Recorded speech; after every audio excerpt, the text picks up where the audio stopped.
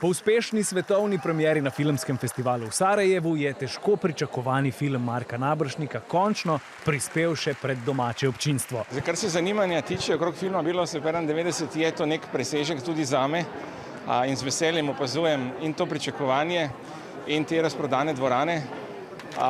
Tako da naj gre tako naprej, če bi rekli v športnem žargonu.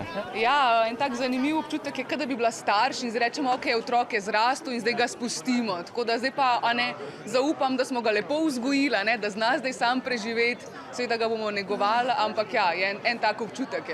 Danes je v bistvu res praznik našega filma, praznik slovenskega filma. Verjamem, da bo nagovoril slovensko občinstvo in da bo dolgo, dolgo ostal v slovenski zavesti. O enormnem zanimanju za film pričajo tudi številke. Na Lifu so namreč v rekordnem času razprodali vse 4 projekcije celovečerca. Nekaj najlepšega je, ko slišiš od nekoga, ki knjigo prebere, pa upam nekoga, ki bo tudi film pogledal, da se bo zaradi tega mogoče počutil malo manj sam.